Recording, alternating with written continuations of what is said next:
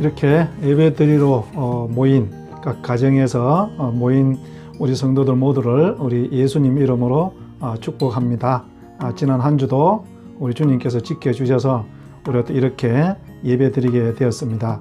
물론 우리가 교회에 모이지는 못하고 각 가정과 처소에서 예배드리지만 우리 주님은 그곳에도 함께 하시고 우리 모두의 예배를 받아 주실 줄로 믿습니다. 우리 잠깐 기도하심으로 주님 앞에 나아가시겠습니다. 새 노래로 여호와께 노래하라. 온 땅이여 여호와께 노래할지어다. 여호와께 노래하여 그의 이름을 송축하며 그의 구원을 날마다 전파할지어다.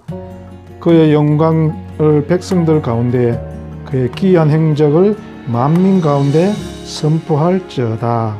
하나님 아버지, 오늘 이 주일에도 우리가 주님께 새 노래를 불러드리기를 원합니다. 주님 앞에 주님의 이름을 만방에 선포하기를 원합니다. 지금은 우리가 코로나 바이러스 때문에 이렇게 흩어져서 예배드리고 있지만 또 주님께서 빠른 시일 안에 우리가 함께 모여서 예배드리게 해 주실 줄로 믿습니다. 예수님 이름으로 기도드렸습니다. 아멘.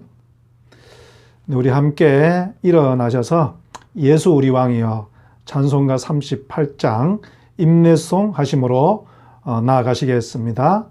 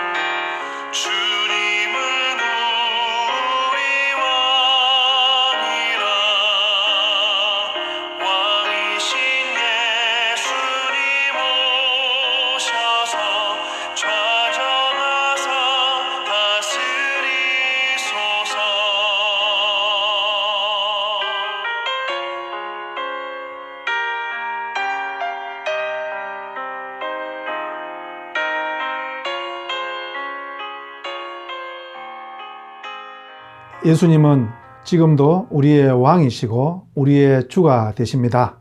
그분은 지금도 살아 계셔서 우리의 삶을 살피시고 우리의 가정을 지키시고 이 나라와 이 백성을 보호해 주실 줄로 믿습니다. 우리 사도신경으로 우리의 믿음을 고백하시겠습니다.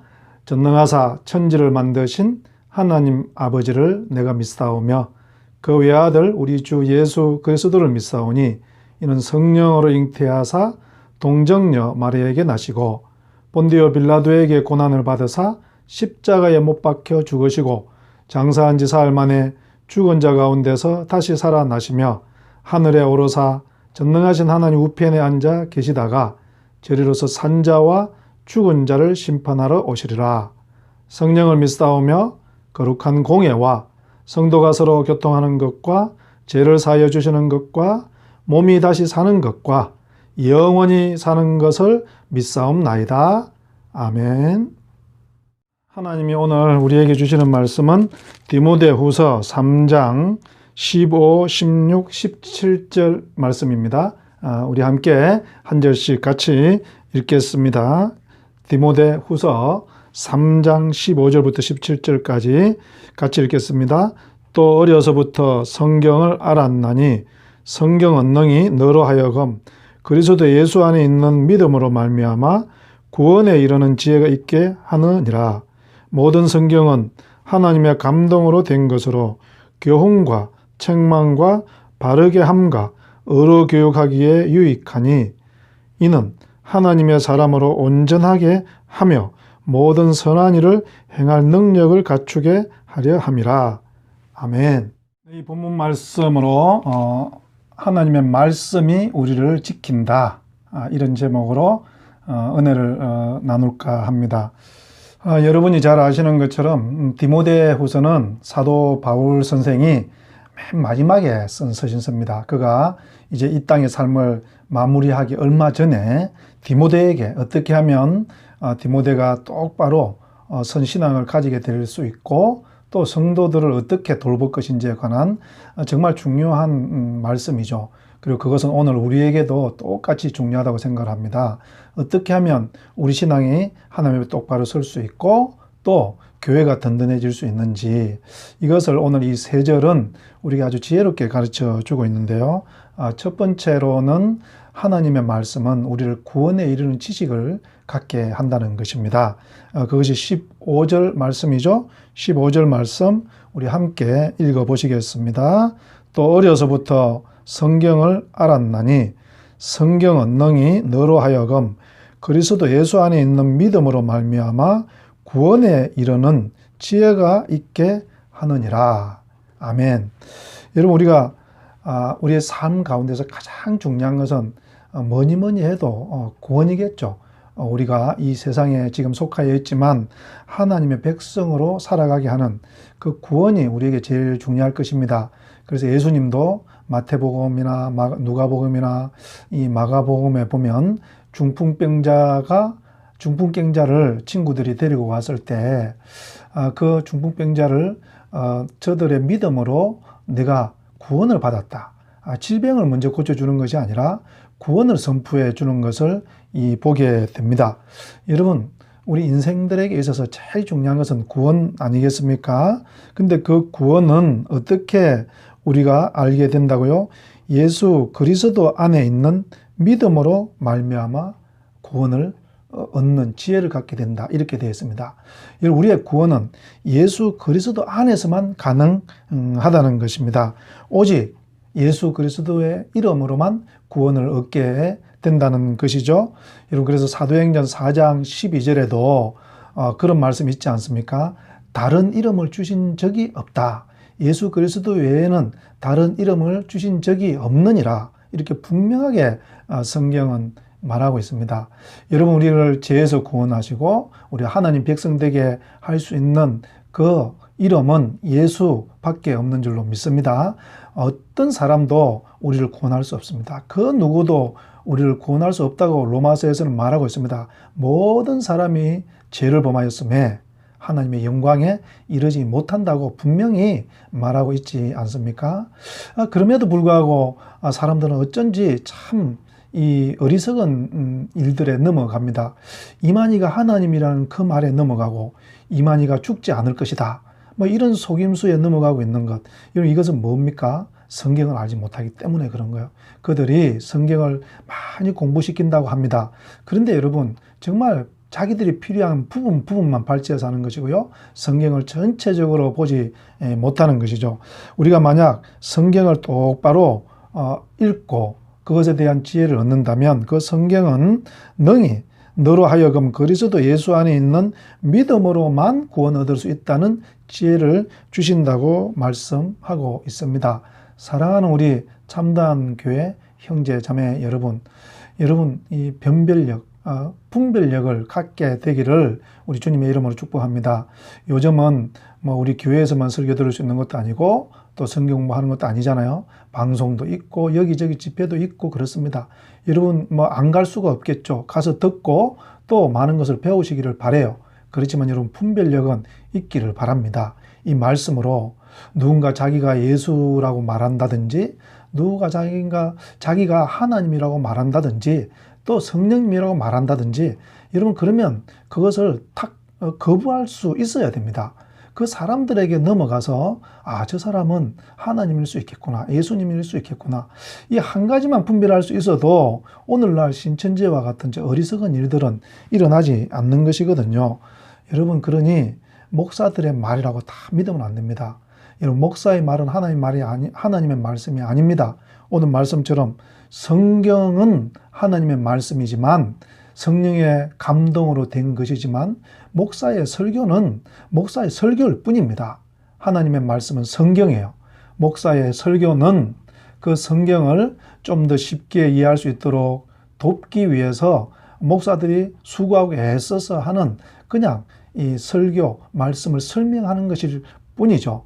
근데 그것에는요, 잘못도 있을 수 있고, 목사가 실수할 수도 있죠.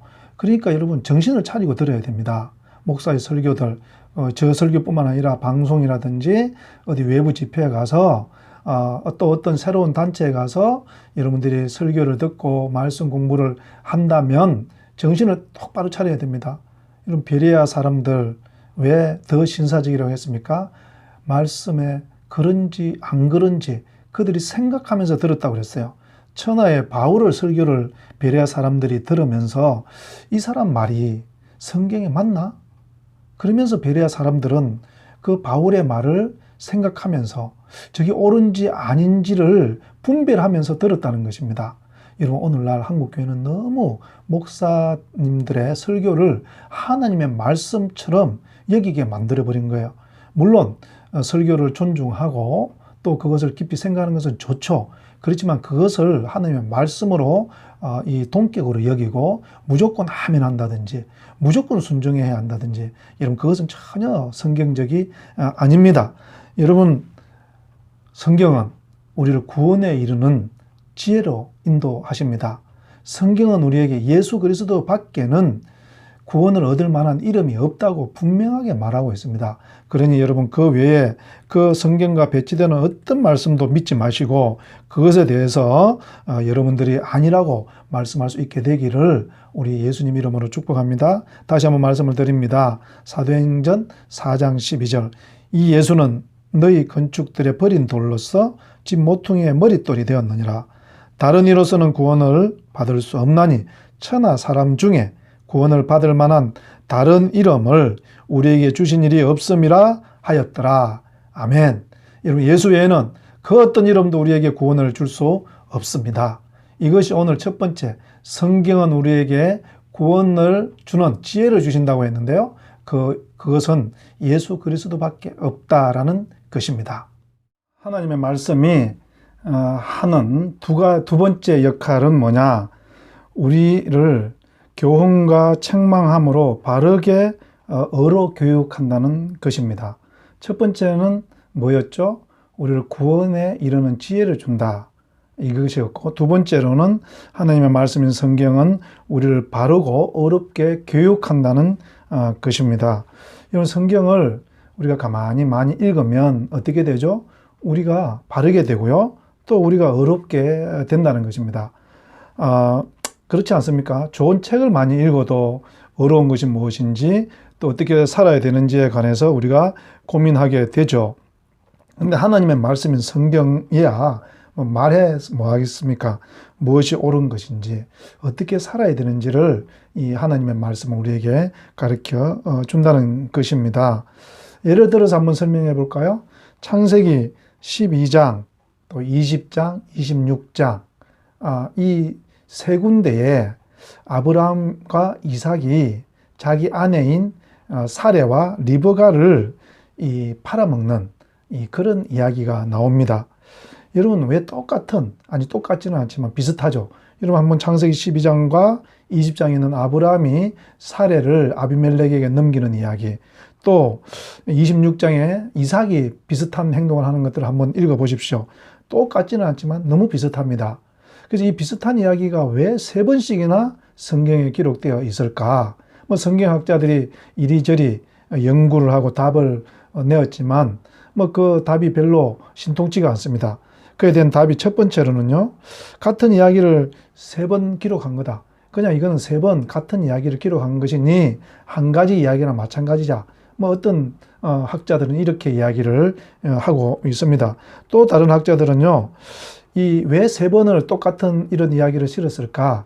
그것은 사람은 한 실수 또 하고 한 실수 또 한다. 넘어진 곳에서 또 넘어진다. 그래서 실수를 반복하는다는 것을 강조하기 위해서, 그래서 우리 모두가 약점인 허점을 참 잘 살펴서 넘어가게 하기 위해서 이렇게 세 번씩이나 적었다. 이렇게 주장하는 학자들도 있습니다. 근데 저는 이 두 견해보다는요, 이런 생각을 해봅니다. 오늘 말씀과 더불어서 한번 생각을 해보면은요, 하나님께서 이 이야기가 가지고 있는 이것이 우리에게는 굉장히 책망할 것이 있고 교훈할 것이 있다는 거예요.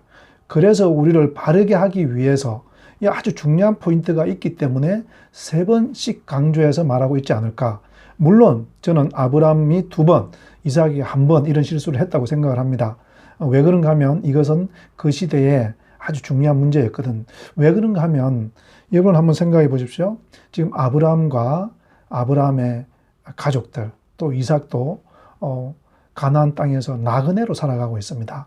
당시에 나그네로 산다는 것은 참 여러 가지 위험한 그런 생활 아니었습니까?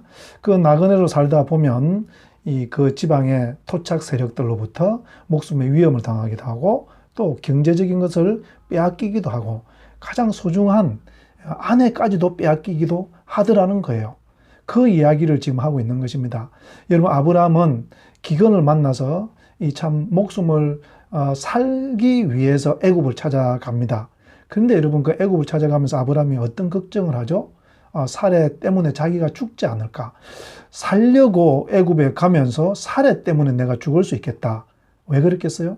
애굽 사람들이 이 여자 사례를 가지고자 빼앗으려고 하기 때문에 그렇다는 것을 말하는 것이죠. 그러니까 아브라함은 이런 위험이 있다는 것을 알고 사례 보고 네가 내 누이라고 하자. 네가 내 누이라고 해서 나 좀 살리자. 이렇게 되는 거예요. 그러면 어떻게 됩니까? 이거 가만히 한번 생각해 보면 애굽 그때 당시에 사람들은 나그네도 사람으로 취급하지 않았지만 또 그 중에서 여자는 더욱더 아무런 쓸모없이 자기들 마음대로 가지고 놀 수 있는 그런 존재로 생각했다는 것입니다. 그러니까 여러분 보면 아브라함은 사례로 인해서 살지만 사례는 아비멜렉에 끌려가서 그 몸을 아비멜렉의 놀이개감으로 던져지고 마는 이런 위험에 처하는 것이에요. 그때 당시에 세상이 그랬다는 것입니다. 근데 이것은 하나님의 이 나라에 있는 질서와는 너무도 어긋납니다. 하나님께서 사람을 지을 때 어떻게 했습니까? 하나님께서 사람을 지으실 때 하나님의 형상을 따라 하나님의 모양대로 가장 존귀한 자로 이 땅에서 하나님을 대리하는 이 땅의 이 통치자로 세웠습니다. 남자만 그런 게 아니고요. 여자도 그 남자를 돕는 배필, 동일한 존재로 만들었다는 거예요. 그런데 사람들은 어떻게 했다고요? 그 나그네를 사람처럼 여기지 않았고 그 중에서도 특별히 여자는 더욱더 위험에 빠져 있었다는 것이죠. 그러니까 이 이야기를 통해서 하나님은 뭘 하는 것입니까? 아브라함을 책망하고 그 시대에 사는 사람을 책망하고 그래서 그렇게 하는 것이 아니다. 그래서 하나님께서는 사례를 돌보시고 그 사례로 인해서 오히려 아브라함을 부자가 되게 함으로 말미암아서 사례가 얼마나 존귀한 자인지 참 그것을 우리에게 교훈하고 있는 것이죠. 여러분 이것처럼 우리가 성경 말씀을 읽다 보면은요 책망을 받기도 하고 또 그 성경은 우리를 교훈하게 해서요 우리를 의롭고 우리를 하나님의 이 나라의 백성들로 만들어가는 것을 보게 됩니다. 사랑하는 우리 형제 자매 여러분, 성경을 많이 읽고 성경 공부를 하는 목적은 남을 이론적으로 이기기 위함도 아니고요. 그 사람과 논리 싸움을 해서 내가 더 많이 안다는 것들을 자랑하기 위함도 아닙니다. 우리가 하나님 말씀을 읽고 묵상하는 것은요. 하나님이 무엇을 우리에게 원하는지, 하나님이 우리에게 무엇을 책망하는지, 그래서 우리를 의로 교육하게 하기 위함인 것이죠. 여러분 꼭 이단들, 사단들은요. 이 모여서 성경 공부를 열심히 한다고 합니다. 지금 이제 신천지도 뭐 포교빵이니 뭐니 그런 걸 만들어서 그렇게 한다고 하지 않습니까? 근데 그들이 성경 공부하는 것은요, 그들을 어렵게 하는 것이 아니라 그들을 한 단체에 그냥 이 추종자로 만들고 있는 것이죠. 여러분 이것은 원래 하나님께서 우리에게 말씀을 주신 뜻과는 너무도 다른 것입니다. 그러면서 그들이 세상에서 거짓말을 하고 이러는 것을 하나님이 주신 묘략이라는 그런 말로 표현하면서 자기들의 거짓을 숨기는 여러분 이것이 어찌 하나님의 말씀의 기능이겠습니까? 오늘 2번째 우리가 하나님 말씀을 통해서 어떻게 된다고요? 의로 교육되어야 한다는 것이에요. 그래서 하나님의 뜻이 어디에 있는지를 우리가 똑바로 배워갈 때 우리는 하나님께서 기쁨이 되는 그런 하나님의 자녀들이 될 줄로 믿습니다. 성경이 세 번째로 하는 역할이 무엇이냐? 그것이 17절인데요. 17절을 우리 함께 같이 읽겠습니다. 이는 하나님의 사람으로 온전하게 하며 모든 선한 일을 행할 능력을 갖추게 하려 함이라. 하나님의 말씀은 우리를 온전하게 하고 모든 선한 일을 행할 능력을 갖추게 한답니다. 이런 하나님의 말씀은 우리에게 그냥 지식을 알게 하고 끝나는 것이 아니라 선한 일을 행할 능력을 주신대요. 여러분, 저는 이것이 참 소중하다고 생각을 합니다. 하나님의 말씀은 첫 번째로는 우리에게 구원을 알게 한다고 그랬죠. 두 번째로는 무엇이 하나님이 원하시는 바르고 의로운 일인지를 우리에게 교훈하고 책망한다고 그랬습니다. 세 번째로는 하나님께서 어렵다고 생각하는 그 모든 것들을 행할 수 있는 능력을 주신다는 것입니다. 여러분, 아는 게 힘이 아니죠. 아는 게 힘이 아니라 행하는 것이 힘인 것입니다. 행하지 않으면 아무것도 없지 않겠습니까? 여러분, 바울은 하나님의 말씀이 하는 일을 우리를 올바로 행하게 한다. 똑바로 살게 하는 곳에서 이 마무리를 하고 있습니다. 여러분, 사람을 온전하게 하는 것은 지식이 아니라 그의 행함입니다. 그 사람은 그가 어떻게 행하는지를 보고 우리가 알 수 있지 않겠습니까? 그래서요, 성경을 보면 예수님을 만나고 하나님의 말씀을 깊이 묵상하고 깨달은 사람들은 항상 이 행함이 따라오는 것을 보게 됩니다. 우리가 잘 아는 것처럼 사도행전에 나오는 도로가라는 한 여인, 그 여인에게서도 우리가 그런 것을 알 수가 있죠. 그 여인은 아마 과부가 되었던 것 같아요. 남편이 없이 혼자 어렵게 살았던 것 같습니다. 그러면서 바느질로서 살다가 베드로를 만나게 되고 복음을 얻게 되었죠. 그리고 그는 예수님을 믿고 나서 어떻게 하면 내가 하나님이 기뻐하는 삶을 살 수 있을까? 그래서 그 전까지만 해도 참 자기가 바느질을 해서 먹고 사는 것을 부끄럽고 수치스럽게 생각했는지 모르겠습니다. 그런데 예수님을 만나고 난 이후에는요, 그 바느질이 부끄러운 일이 아니라 내가 먹고 살 수 있는 아주 중요한 생계 수단일 뿐만 아니라 다른 사람을 도울 수 있는 계기도 되겠구나. 그래서 그는 그 바느질을 통해서 열심히 일을 하고요. 그리고 남는 시간에 또 옷도 만들고 또 가난한 사람 옷도 끼워주기도 하고 이러면서 많은 자기와 같은 과부들을 돌아보게 됐다고 되어 있지 않습니까? 그래서 그 도로가가 갑자기 사망했을 때 많은 과부들이 와서, 여인들이 와서 베드로에게 도로가를 좀 살려달라고 그러면서 울면서 애원하는 것을 보게 됩니다. 여러분, 이 도로가라는 여인은 예수님을 만나고요, 그 예수님의 말씀을 통해서 어떻게 살아야 될지 삶이 변한 거예요. 그가 그냥 머리가 변한 것이 아니고 그가 성경 지식이 많아진 것이 아니고요.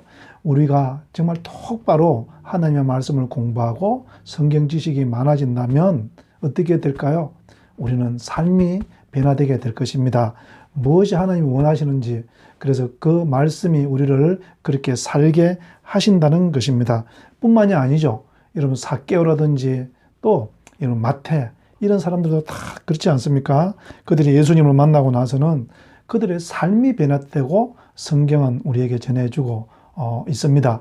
여러분, 지금 신천지라는 저들이 성경을 공부하고 나서 그들의 삶이 어떻게 변합니까? 더 나쁜 쪽으로, 악한 쪽으로 교회를 파괴하고 자기 자신들을 파괴하고 또 형제 자매들을 파괴하는 쪽으로 가고 있습니다. 여러분, 저것은 하나님의 말씀의 역할이 아니고 사탄의 역할이죠. 파괴하고 서로 싸우게 하고 미워하게 다투게 하는 것. 여러분, 우리 예수님의 말씀은요, 우리를 이웃을 사랑하게 하고요, 고아와 가부와 나그네를 돌아보게 하고요, 벗은 자와 또 목마른 자와 옥에 갇힌 자와 병든 자를 돌아보게 하시는 줄로 믿습니다. 우리 하나님의 말씀은 우리로 하여금 어떻게 살지에 대해서 고민하게 하고 새로운 삶을 살게 하신다는 것이 바울이 우리에게 가르쳐주는 이 말씀입니다. 하나님의 말씀은 여러분, 우리를 교훈하고 책망해서 무엇이 하나님 뜻인지를 알게 하시고요, 또 우리를 올바른 삶을 살게 하는 그런 힘을 주신다고 했습니다. 한 주간도 이 말씀으로 성숙해지고 승리하는 그런 날들 되기를 우리 주님의 이름으로 축복합니다. 기도하시겠습니다. 하나님 아버지, 디모데후서 3장 15절 17절의 이 말씀, 구원을 알게 하시고 하나님의 의를 깨닫게 하시고 또 하나님의 뜻을 따라서 행하게 하시는 능력을 주시는 것이 하나님의 말씀이라고 하셨습니다. 이번 한 주간 동안 이 하나님의 말씀을 깊이 만나게 하여 주시옵소서. 예수님 이름으로 기도드렸습니다. 아멘. 또 하겠습니다. 이제는 우리 주 예수 그리스도의 은혜와 하나님 아버지의 크신 사랑과 오늘도 우리 안에서 디모데후서 3장 15절 17절의 말씀으로 하나님의 말씀이 우리를 구원에 이르는 지식을 주시고 우리를 어렵게 하시고 우리를 하나님의 뜻에 맞춰 살게 하신다는 이 말씀을 가르쳐 주신 성령님의 역사하심이 이 자리에 머리 숙이는 모든 성도들과 또 각 가정에서 예배드리고 있는 우리 모든 지체들 위에 지금부터 영원토록 함께 계실지어다. 아멘. 네, 여러분 서로 인사하시기 바랍니다. 하나님은 당신을 사랑하십니다. 우리 가족끼리 서로 축복하고 인사했으면 좋겠습니다. 네, 교회 소식 좀 전하겠습니다. 교회 소식은 먼저는 여러분 모든 예배가 지금 중단되어 있고 그렇지만 여러분 오히려 이럴 때일수록 개인 경건 생활을 게을리하지 않기를 바랍니다. 기도하시고 또 말씀 묵상하시고 오히려 이럴 때 하나님과 깊이 교제할 수 있는 절호의 찬스 아닙니까? 목사가 없어도 여러분 얼마든지 성령님의 인도하심을 받아서 신앙생활을 할 수 있습니다. 여러분 그러니 그 성령님과 함께 예배하고 말씀 읽고 기도하고 그 기쁨을 마음껏 누리는 시간들이 되기를 바랍니다. 그리고 여러분 우리가 이러다 보니 제일 문제는 이제 성도들끼리 교제하고 또 식탁 교제하지 못하는 것이죠. 여러분 그것도 잠깐 시더라도 요즘은 얼마든지 그런 교제할 수 있지 않습니까? 전화로도 하고 카톡으로도 하고 여러 가지 방법이 있으니 이런 성도들끼리 서로 안부도 묻고 또 서로 격려하고 축복하는 그런 일들이 많이 일어나기를 바라고요. 세 번째로는 이 코로나 바이러스와 싸우고 있는 의료진들 뿐만 아니라 정부 관계자들 또 많은 봉사자들 또 이것 때문에 이것을 이기기 위해서 여러 가지로 헌신하고 있는 사람들이 참 많이 있는 것 같습니다. 마스크를 만들어서 나이 드신 분들에게 공급하는 분들도 있고요. 또 임대료를 낮춰주는 분들도 있고 또 여러 가지로 하는 사람들이 있는데 혹시 우리 성도들도 하나님께서 마음 주신 것이 있으면 기부도 하시고 또 나눔도 하시고 이렇게 했으면 좋겠습니다. 여러분 한 주간도 승리하십시오. 우리 함께 다 같이 일어나셔서 파송송 살아계신 주 우리 함께 찬양하심으로 예배를 모두 마치겠습니다.